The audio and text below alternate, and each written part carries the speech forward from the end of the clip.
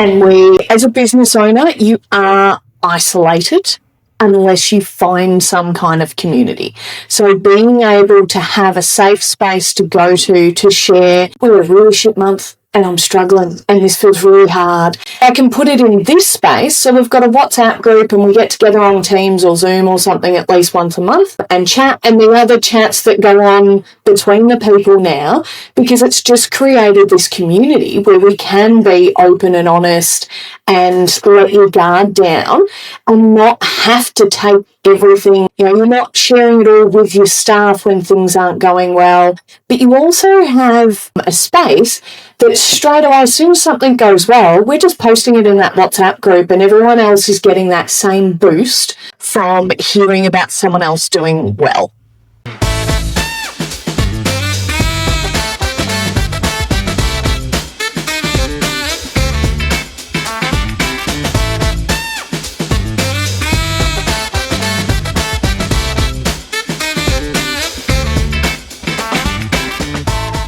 Hello, everybody, and welcome to the Healthy Business Lab podcast, where we interview awesome business owners in and around the allied health space to get their insights and learning. And today I'm super excited to welcome back to our podcast, Sara Woodroffe from Simply Stronger. Sara, great to have you back on again. Yeah, thanks, Craig. It is great to be back.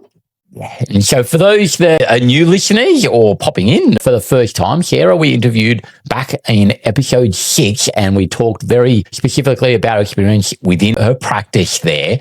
But from a couple of conversations we had, I realized I wanted to chat further around the networking and the collaborations and the whole collegiate approach to running a business, especially in the allied health space. And so again, wanting to share different and varied stories, and this will sort of be coming in around sort of coaches and collaborators sort of series that we're doing as well. So again, for those, that's where the conversation will evolve to a bit as well. But I'd love for you, Sara, to be able to just share that bit of a background again, because even since we last spoke, your practice there has evolved a little bit. Yeah, it has. So we at Simply Stronger, we're in Melbourne. So we're a small private practice over in Caulfield North. When it first started out, it was just me. It grew into a space where I started hiring my first and then second and on for the last 8 or so years. And we're now in a space where I work fully behind the scenes, a little bit of happening when people are away, sick, holidays, things like that, which is fun.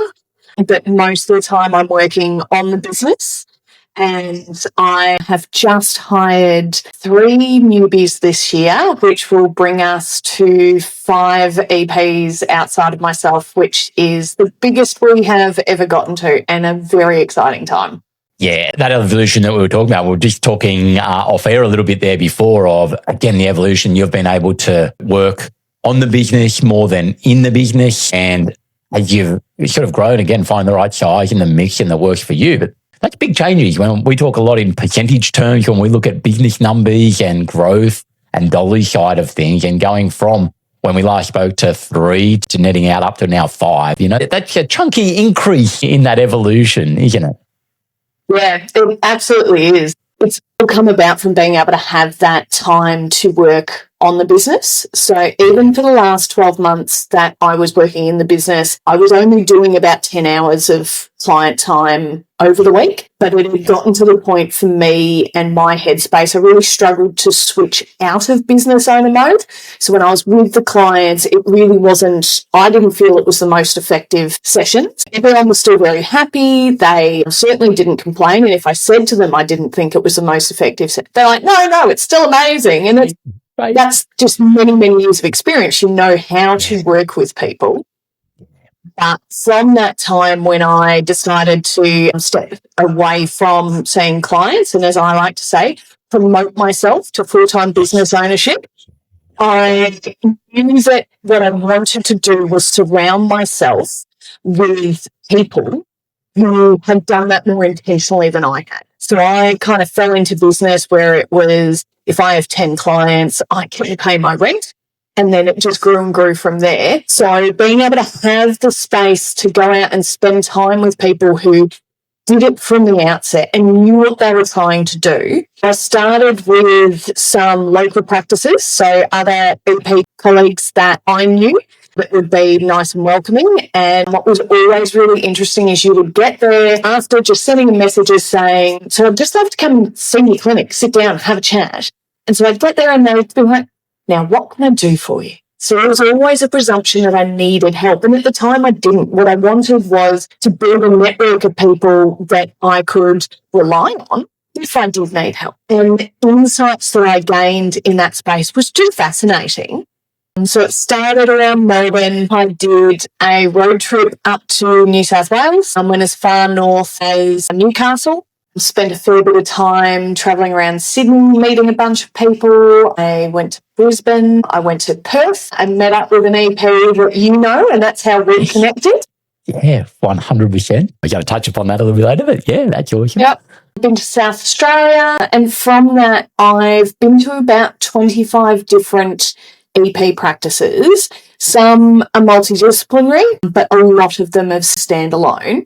And it's fascinating to see how vastly different they are. There are no two practices that are the same. But to be able to go into that space and say, oh, okay, so you do this differently to how we do it. I wonder if we can take an adaptation of that and see what that looks like in our space. I love that. And you touch upon a number of different aspects there, which is 100% why we needed to get you back on for another chat. And it was this, again, a whole idea of just insights, learning, being curious. And that's what I love what you've shared there of, okay, I just need to learn more. And it's not necessarily because we're doing badly. And again, that some people may have had a presumption or we need something. We're looking at it. So it's just notice some general curiosity to go to, well, how do we evolve and the like? And so I guess what I'm curious about as well is just that those initial insights that you got, how did they, I said, shape or point you in the direction to then go, yeah, no, I just need to do this more. I need to have more conversation. What were those couple of early conversations you had? Is there anything that sticks out that made you go, yes, this is why I need to be doing this more? There's a few distinct things. So there were people that I had listened to on podcasts that I met. So I already had insights of they were doing certain things. One of them, they run a program called the O'Neill program that is for bone density. And I was curious as to the logistics of how they actually run that program. I didn't think it was going to be something that was going to fit in our space with the franchising model that they have or the licensing model that they have. For that program, you need a number of squat racks available, and we don't have that. We're a different build. But I was curious to see. So in that clinic, when I asked to come and see them and spend some time, we recorded a podcast as well, and they invited me to come and work out of their clinic for the day. So I got to sit in a room with the rest of their EPs, work on my stuff while they were working on theirs, jump into different sessions, see how they ran things, which was really open. Not every clinic, but I also haven't asked to do that in a lot of clinics. Yeah. But it's been, you've got on both sides, you've got EPs that now feel more comfortable being open with me and asking questions of me and of others because of this sense of community. And you've got me being able to ask people more pertinent questions. So we personally had a block on being able to introduce prepaid packs into Simply Stronger. In my mind, it was that I would be discounting my service, and we're not expensive. We're definitely on the cheap side. So I felt really, and so I went to a colleague who I knew ran them, and I said, all right, sell me on packs. What do I need to know? I said, this is my block. And he turned to me and goes, you're an idiot. You charge what you want for a block, and then anyone who pays one at a time pays a premium. It's exactly the same situation, just different language. And at the time I went, well, yes, that all makes sense. Okay. I love that. It's two great examples, and I'll jump into that one because obviously being a financial background as well, 100%. I love the guidance and the sort of thoughts that you had. Again, quite often it is just a shift in perception, shift in mindset. And it's interesting. That's all it takes sometimes is to look at something from a different view that somebody's got to point something out And if that's the right light bulb at that time, it lands. If not, it might just percolate in the background for however long. But by having those conversations, that's what's led to that. Even just seeing you here, for those that are watching on the video version, you can see the light bulb. You're going back to that time and having the recounting that process of then going, actually, it is just shifting. It's a premium. They get a premium for not paying me what I actually need in a block stage. Yep. So I love that. Yeah. One of the other ones that we had was it's on the financial side of things, but I've been in and around EP for 20 years this year. So the way that I would manage my language with clients and have them aware of what the treatment plan is and the progress they're making and all that sort of stuff felt to me like it came quite intuitively. What the reality is that clearly I'd learned it. I don't know when, but it was something that wasn't coming as naturally to my staff. And another podcast I'd listened to, they talked about using an actual document that they hand to the client in their second session. This is the treatment plan we built based on the language we used in the last session. So I went and I spoke with them and talked about that. They sent me a draft of what they use. We then developed it to be what's more appropriate for us, and we use that on a regular basis, and that continuity of care for the clients has increased just by putting a different process in place for something that for me felt intuitive, innate, didn't have to think about it, and for others it is a learned skill. It was a learned skill for me. I just didn't realise in it. Going back to being in the business, on the business, as a business owner, usually we become a business owner because we are quick to pick things up and we have ideas and we know how to piece dots together and just make things happen. And it's sometimes unpacking those dots that all just comes intuitively to us. 100% the team members don't necessarily have that yet. And again, not to say that they won't, but it is that notion of going, well, what are those steps that actually led to that? And what I find interesting for what you've sort of shared there as well, again, it's just the opening up the lens and shining the light on that, then again, makes you step back, makes you step out, step into the owner's mindset as well, which is everything you're sort of touching upon here for me sort of just goes back to how do we work on the mindset and the connection and collaboration, and then goes, hey, how do I now think about this and how does that ripple effect then flow out? Yeah.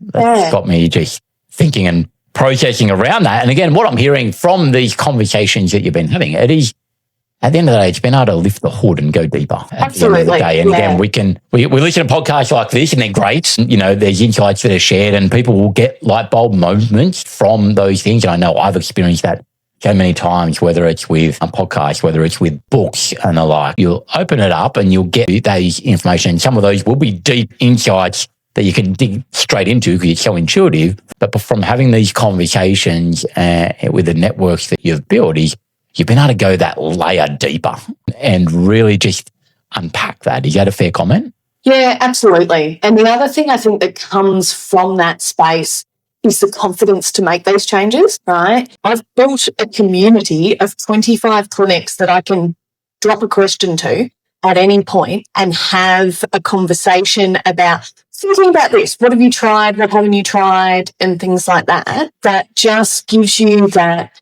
confidence in that space to try things that are new, but also to think a little bit differently. It was one of the things that really prompted me was that I knew I had blocks like I was talking about before, but I also knew that I was surrounded by my own thoughts. And unless I get out there and talk to other people, I'm just going to be in a bubble of my own influences already.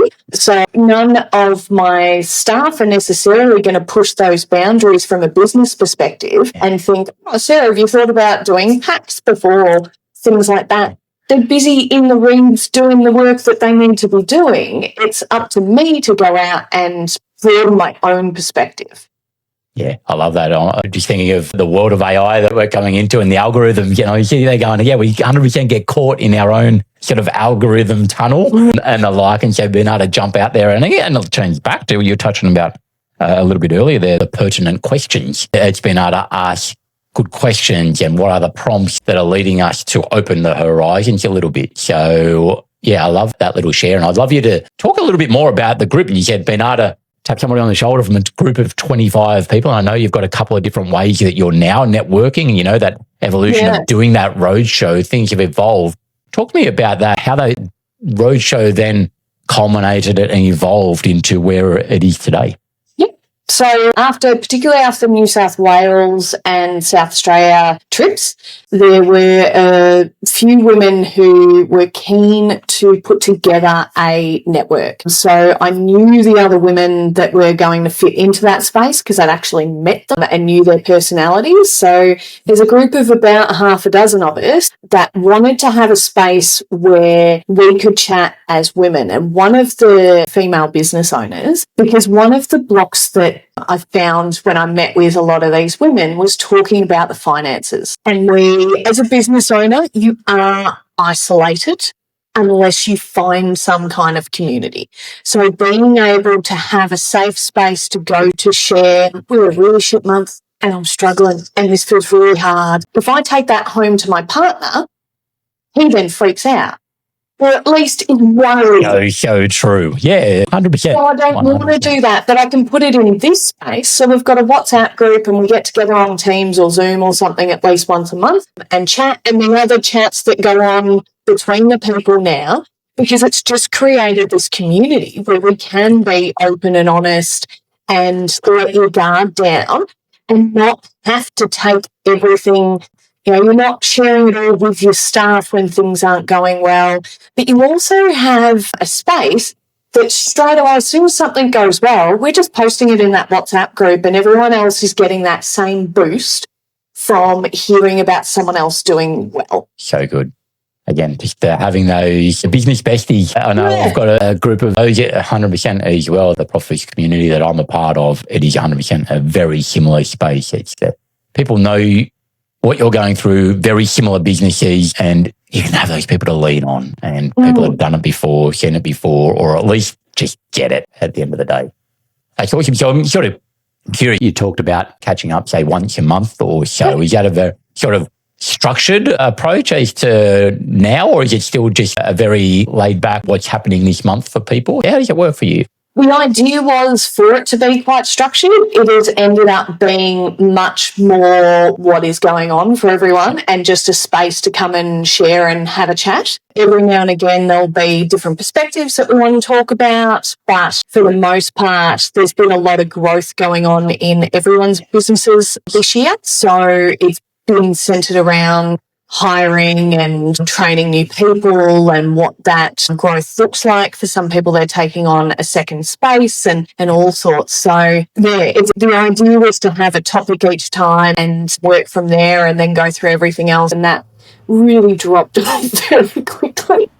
It just became a natural evolution because business and small business is all about that, isn't it? Everything changes and you can have the best laid plans. But again, it sounds like a wonderful space that the conversations are meeting the group where they're at, which is at the end of the day, that's what everybody's going to get the most out of. Really interesting about this group is they're actually quite different businesses. So we've got sole traders, we've got one business that's in the Northern Territory that's a partnership between a physio and an EP, one in South Australia. They're all over the place and they're all quite different. One's a fully on the road, mostly aged care business, which is quite different to the rest of us. And we have different insights to be able to give each other rather than all being from a similar space. But from that whole road trip, I think one of the things that is really important to take away from that is that sense of community. I've had people, particularly in Melbourne, because that's where I'm located, when I've suggested going there and I guess you're far enough away that it's not competition. Whereas for me, I don't see anyone as competition. There is enough clients for everyone, but we all do things differently. And if you can take off that hat that tells you that everyone around you is competition, you'll start to realise the support that you can get from this space, and that's huge. The other thing that came out of this, so it's one of the reasons why I started networking with the group in Melbourne, was I wanted to build a networking group that also provided professional development. I was aware after several years in business, and we run PDs on a Friday afternoon once a month, that again, it was a bit of a bubble. People were hearing from me. And while I have a lot to share, and that's fantastic, being able to get outsider advice on different things and different insights would be really, really useful. And as a small business, so we were talking about a business that was 3 to 4 practitioners. I wanted to look for other businesses that were around the same sort of size that were going to benefit from a free service. So what we do is once a quarter, we run it in the middle month of the quarter, so it's easier for all the business owners because the other 2 months tend to be a bit busier. Either on a Friday evening or a Saturday afternoon, depending on the practice. We go to a different practice each quarter. They run a 2-hour professional development session for us, and then we all go out to dinner at the pub. So good. So, Not just I'm excited about pubs, but that's not the case. The idea of having different types of network that you've got there, and again, for specific areas that you know can be leveraged, you can learn from, you get insights. But even what you were saying before, getting out of your own little tunnel and the own vision, how do I get these different perspectives in, and how is that going to benefit my team and the growth of them as individuals, which only benefits the business? And again, that whole collegiate approach to then knowing more about the other practices in your local area too can only help the wider community in your local area, which, again, tying back to competition, very much a similar mindset there, that the abundance mindset is, well, how do we have a bigger impact? Well, if we serve the people that fit us better, then that is only better for everybody. And if everybody does that, everyone's uniqueness will evolve to being the right fit for the right people at the right time. absolutely. So we have about 8 or 9 different private practices in there. We've got a couple of my ex-employees, one who works in community and one works in hospital. So they bring a different perspective to the space as well. And then we've got 2 or 3 of them that are within 5Ks of my practice that anyone else would see as competition. But instead, we know, as you said, we know more about their practice. I know who I can refer to them, who is going to get a better service, because that's what fits that client. And if we want the whole industry to grow, that's what's going to work. And there are, like, we've had clients who they work great here, but they tell me about a family member or someone else, and I think they're going to suit this other practice more. That doesn't mean that this first person's going to leave at any point, because you've provided them with the service that they need. 100% for me, that only enhances that client. If I'm seeing someone and they said, oh yeah, that person, you should probably go to there for this, like, that just reinforces the expertise of the person that I'm working with. At the end of the day, oh wow, they're across this, and know that might suit there. And again, that they are a heart-centered business, which is in alignment with where I'm at. So again, it's the whole karma of things that it all ends up, lifting all ships, the rising tide. At the end of the day, that's it. The rising tide. Just reviewing another podcast a little bit earlier there, and again, I've used that term a few little times, but it's so true. And that's, again, part of what we're trying to do here is have these conversations, because we want to lift the whole allied health space and each of the individual modalities within that to think in this way. And again, the vast majority of guests that we've had on, like yourself, Sarah, has very much been the ones that seem to be doing a lot of great things are ones that are connecting, they are collaborating, they are aware of what's locally and beyond as well, which has been a great example today with our chat with you, what you're doing in both spaces. So to sort of wrap this conversation up, that, we could talk about collaborations and communities. What would you say are the couple of the biggest takeaways, the transformations in yourself, and even some of those that you've been, connected with, that you've seen, the transformation you've seen from having this rising tide effect impact the many practices that it is impacting? Yeah. Well, okay. I think the biggest takeaway is the confidence. So for my staff here, their confidence to go out there and network with other people. They had, prior to this, most of them had trained during COVID, so they hadn't actually been trained to do any networking. And now they've got a wide group of people that have different expertise and skill sets that they can draw on, and they're more confident to put themselves out there and ask those questions.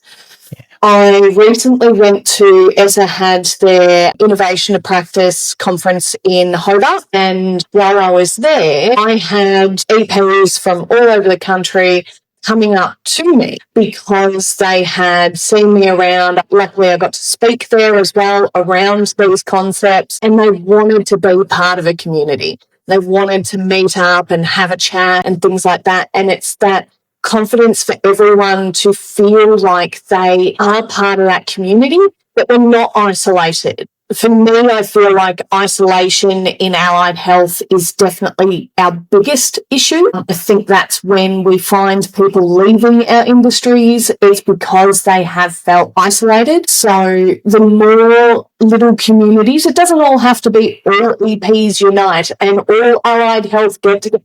You've got to find your people, but getting into that, finding your people and finding that community and being able to have the people you can bounce ideas off and share a shitty day or share what has been amazing. And that really warms the heart. I love that. And I think it's a great way to take that in. Again, building confidence in anybody is just such a rewarding process. And I'd love to obviously share that if listeners out there that feel as though they've found their people and their groups, especially with what Sara shared, where's the best way for people to connect and contact you?